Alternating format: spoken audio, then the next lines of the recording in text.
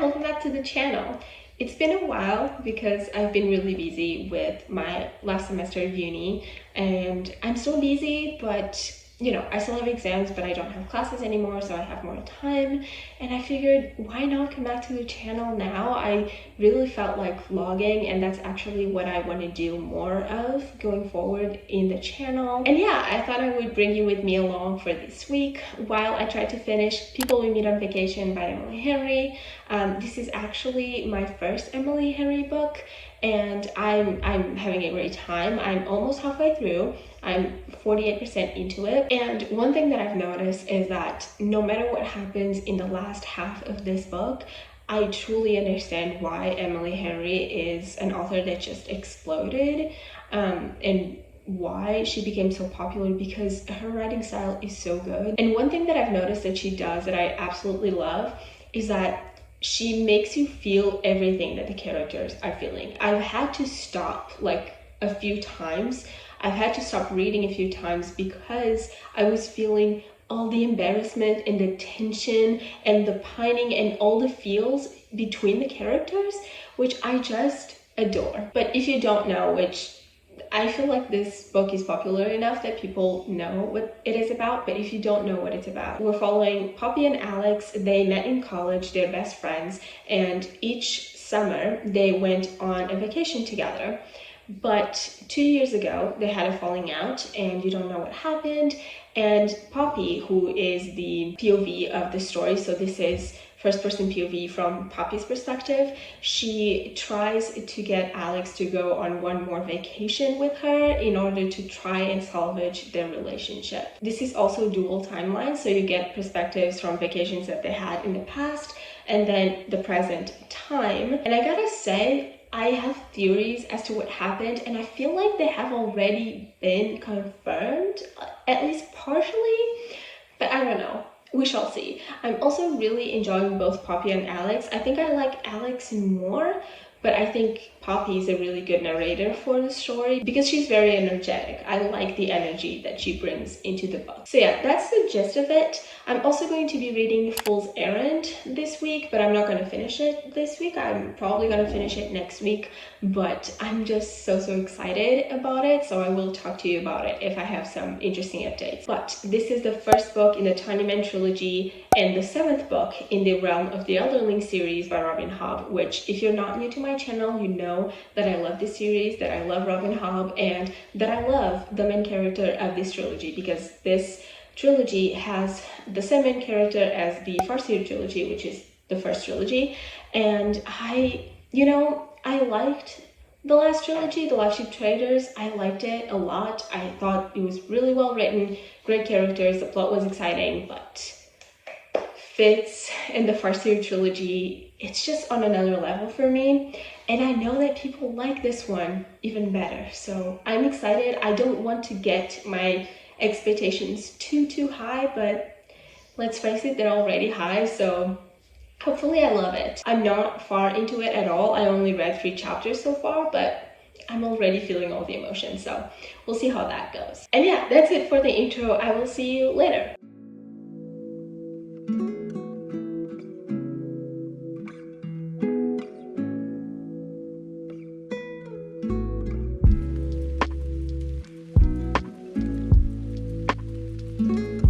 Okay, let's do an update. People We Meet on Vacation, I'm 65% into it, which I only read about 15% more, but I already have things to say, because here's the thing. I think romance as a genre is super fun. It's so nice to read, especially between big books, or when you're in a slump, or when you're just super busy, because it's so easy to get into. It's fast-paced. It's just a delight, honestly. It has a happy ending, so it's really nice to read. But I often struggle with the second half of romance books, especially the 3rd act, but just the second half in general, because I feel like a lot of romance books, they just stop having a reason to exist after the halfway point, because you tend to exhaust the setup of the book really quickly. And case in point, this book, because here's the thing. I don't think it's a spoiler to say that pretty quickly into the book, you can realize that these characters have romantic feelings for each other already. And when I picked this book up, I thought that this was going to be a book where, you know, they've been friends for a long time and now they're falling in love with each other, or they've fallen in love like pretty recently when they had a falling out, and now, you know, they're trying to navigate those feelings. And the thing is, that's kind of true, but also kind of not, because again, you have perspectives in the past where you can tell there was always something there. Again, I don't think this is a spoiler because you can tell from the very beginning that there's something there. I thought they were going to be purely platonic basically the whole way through, but no, that's not what happens. And so I just can understand why two people who have known each other for a decade, who are adults, can just be honest with their feelings and stop wasting each other's time and other people's time, because they date people in between. So I don't know, I'm enjoying it still. I still like the writing style. It's easy to read, but at this point, I just don't know why they're not together. Like, how do I still have 35% left of this book? They should be able to resolve this in the next 10%. Why 25 more percent? What is going to happen? What is there to happen? They should just be able to tell each other what they feel and solve it as adults and just make it work. But no. 35% more to go, which is a little bit frustrating. And the thing is, I love friends to lovers. It's my favorite romance trope, especially if it's childhood friends to lovers, but this isn't. So like, it's not the trope that is bothering me. It's just the execution of it. Because again, I really, really like the idea of two friends who have been friends for a long time and then start falling for each other. I love that idea. I think it's so sweet. But if it's well executed, and unfortunately, I don't know, I'm not vibing with it. I think Poppy is too quirky for me, but again, I'm still enjoying it. I'm just like, why are we still here, you know? We shall see. Maybe I'll be more entertained moving forward. Next, though, I am 21% into Fool's Errand, and that one I am absolutely loving so much. You have no idea how much I'm loving this book. There's been another character introduced who is also a character in the first trilogy, and I also absolutely love him. He's also one of my favorites in this whole series. And so I'm so glad that he's here finally. I love his dynamic with Fitz.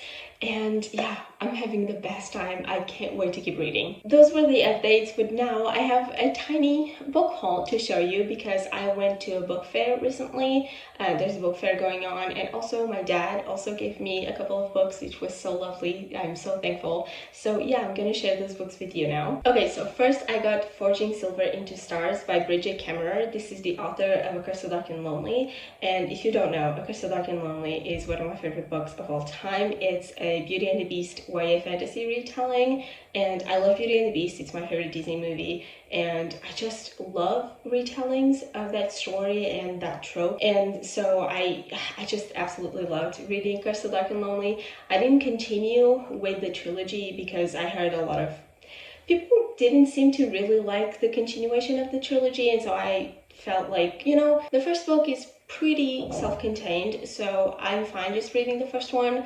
Let's look up summaries, see what happens in the sequels. And actually, I didn't really enjoy the direction of the story, so I'm glad that I didn't, you know, continue reading the series, because the main love interest in that first book, Prince Ren, he was my favorite character in that book, and I love him so much. And I didn't like what the author chose to do with him, so, you know, I'm good with how *A Curse So Dark and Lonely* ends, but this is the first book in the spin-off series, which, you know, I figured I didn't need to read the actual trilogy to read the spin-off. But, you know, I opened this up and there's a little table of contents with names on it, and I was like, you know what, let's check it out. I read it and I realized this is talking about characters from the first trilogy. So I actually, I went ahead and I tried to look up the names, and the characters appear in this book, which is actually quite exciting because I love Ren, so I want to see him again. But yeah, maybe I should read the trilogy, maybe not, I don't know. Doesn't matter. I'm still really excited about this one. This is following, think we have like 3 POVs, not sure, but it seems like Jax and 𝐭𝐤 are the main characters and they're best friends. And this is set in a world where, you know, for a long time, there hasn't been a magic in this kingdom, but now magic has returned, and Jax and 𝐭𝐤 seem to be having a hard time with money, and so they accept a plot against the king. But then Jax falls in love with a guy who works for the king, so there's a problem there. And this guy who works for the king seems to be the third POV. He is determined to discover who's conspiring against the throne. So we have a lot of romances and plot lines and relationships, you know, going against one another. So I think this is going to be really, really fun. I actually read like I read the prologue for this, and I love the writing style because it's so easy to read. So I'm actually excited to read this pretty soon, hopefully. Next, I got We Hunt the Flame, which is the first book in a YA fantasy duology that I've been wanting to read for such a long time. I'm so excited that I already have it finally. And this is following Zephyra and Nasir. And Zephyra is known as a hunter, and she disguises herself as a man to go into these cursed forests, I'm pretty sure, to try and get food and provide for her people.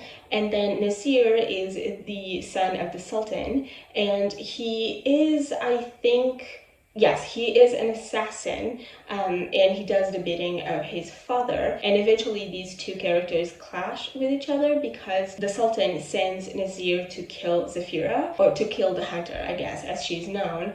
But then there's also a war brewing. So yeah, it sounds really, really exciting. I love the whole trope of, oh, I was sent to kill you, but then I fall in love with you. I love that so much. So I'm really excited. Okay, so next I have the Portuguese version of The Shadow of the Wind by 𝐜𝐨𝐧𝐭𝐚𝐜.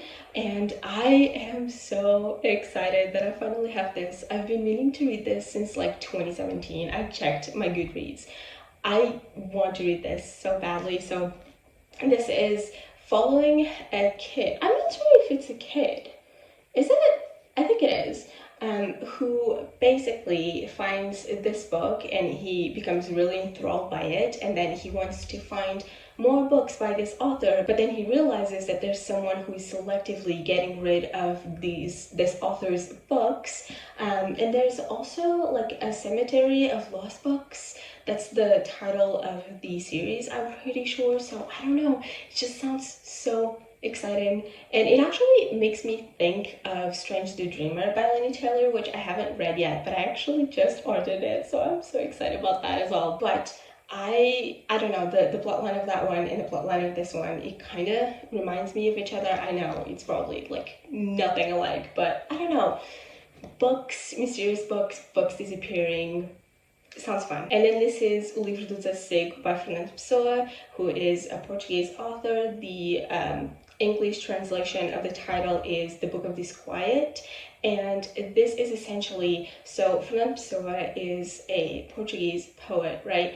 who he used to write under different personas, and these personas actually had like an entire biography. So they had a different appearance from him. They were born on different days. They had different lives altogether. And it's actually, we study Fernando Pessoa in school. And it's actually really fascinating to learn more about him and, what he did with all these personas and how they worked.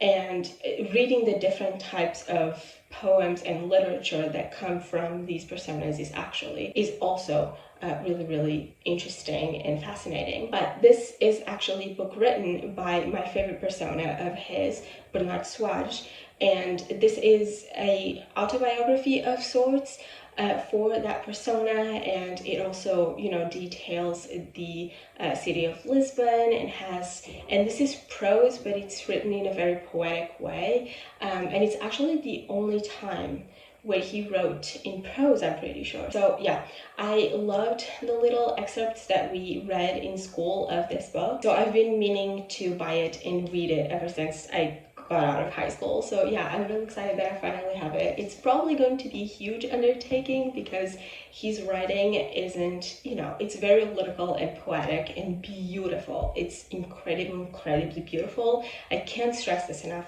If you have never read Fernando Pessoa before, you really should. Either his poems, either this, I don't know, but pick something up. I know it's not the exact same when it's translated, but it's beautiful and it's really worth the read. But yeah, highly recommend, and I'm really excited about this. Okay, so that's it for now. This was a huge update, but yeah, I will keep you updated. I'm actually probably going to finish People We Meet on Vacation tomorrow because I think I will have more time.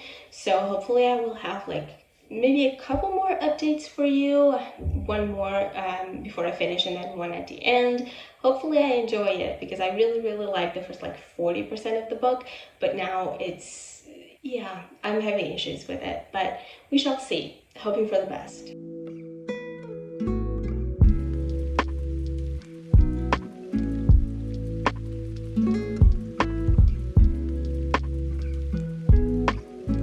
You know what I've realized? I've realized that I think this book will be better as a movie.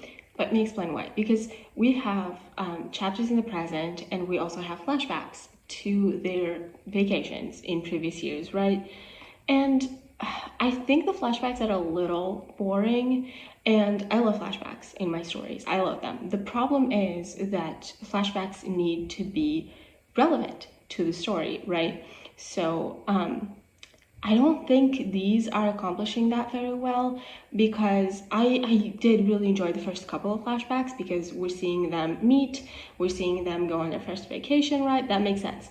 But then I don't really feel the need to see every single vacation that they've ever had because I think you know, the flashbacks serve a purpose still. They're not that poorly written because, you know, you're seeing all the things that go into these characters and all the things that go into their relationship and how we got here. So that makes sense. My issue is that I think the book is so predictable that whenever I'm reading a flashback, I don't feel like I'm getting anything out of it because it just, I kind of predicted it, it all makes sense. It doesn't feel like it's adding anything that I don't know. So it feels a little boring to have to see them go on these vacations randomly. They're not that fun. They're not that inventive. And then again, the evolution of the relationship doesn't surprise me in the slightest. I feel like everything that I've learned that has surprised me about these characters was like in the first 30%, and ever since then I've learned nothing new. So I don't know, that's kind of my little gripe with the flashbacks, but I think in a movie it will be really fun because, you know, you can do montages, you can see the places, like the beautiful places, the colorful places. I think in a movie setting it will be really fun because you can actually see it, so it will be cooler. But as a book, I mean, that's the idea is cool even as a book, but I think it works best as a movie. Hopefully once it gets actually adapted they will do a good job. We shall see. But yeah, anyway, I'm 70% into it, so I have about 30% left. So yeah, let's finish this.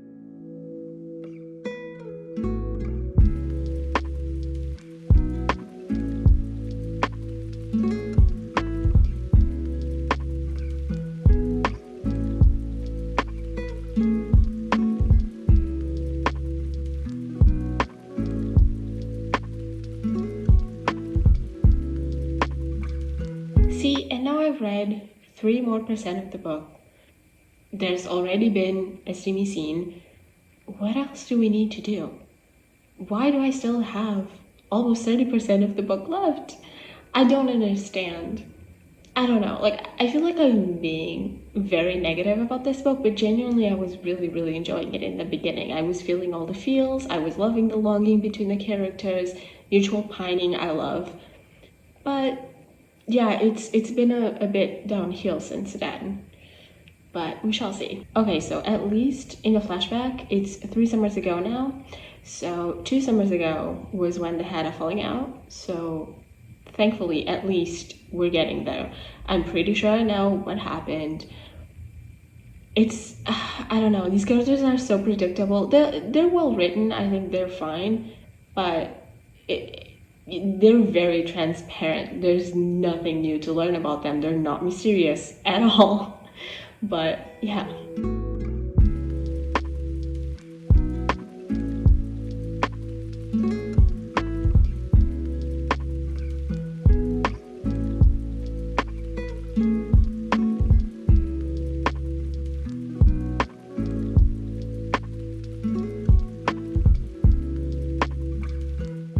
Okay, so I have about 8% left of the book, so I'm really close. I just read the flashback where you find out why they had a falling out 2 years ago, and I was partially right. Here's the thing. What I thought had happened is what's actually happening right now. Like the actual conflict of this book that is happening in the present time is what I thought had happened between the two of them. As it turns out, what happened before, 2 years ago, doesn't actually make sense. So that's great. I thought, I don't know, like these romance stories, when there's like some sort of second chance element to it, I find the falling out, the reason behind the falling out tends to be lackluster, tends to be bad. But so many people love this book that I thought, surely this will be good, this will make sense. It's stupid. It's just miscommunication. And they're way too old to be behaving like this. Yeah, I'm so disappointed. And I don't want to be negative. I don't like to be negative about books. I like to like things. But this has been going downhill real fast. It's just not... Yeah, I'm very disappointed so far. It's not looking good.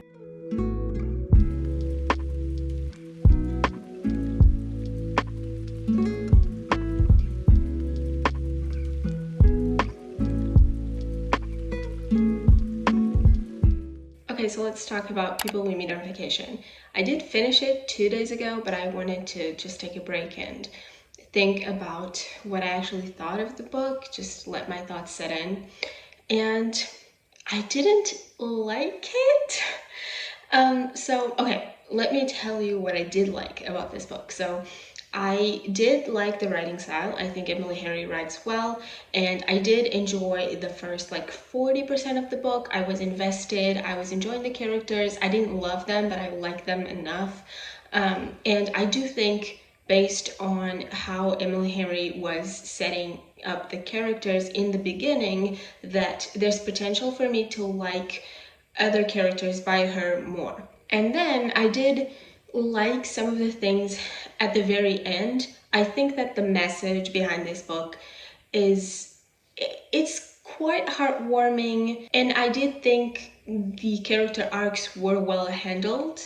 However, my issue with this book is that I feel like the book shouldn't exist. I feel like what happened at the very end should have happened already, and so there's no reason for the book to exist. I think that, again, I think there was a disconnect here for me between the ages of the characters and the way they were acting. I think that they did not know how to communicate with each other, or anyone really. They didn't know how to deal with their problems, and they had a lot of stuff that they should have addressed already that they hadn't. And again, they addressed them at the end. They went to therapy, which was great, but I think they should have done that already. It does feel like you're reading YA when you're reading this, or at least college age people, but not 30-year-old adults. I also, again, I think it's very obvious that they have feelings for each other, and I don't like that they wasted each other's time, and especially other people's time, okay? It would be fine if they decide to be done with their feelings and not tell each other and just make each other wait. But why are you being like that with other people? Why are you getting other people involved in this whole mess? So yeah, I didn't really like that. That made them quite unlikable to me. And I ended up liking one of Alex's exes more than I like Poppy and Alex, which is, it's a thing. But yeah, so unfortunately I didn't really like it. It wasn't my thing. I don't think it's that cute because of the way the concept was executed. I didn't really like Poppy and Alex at the end of the day.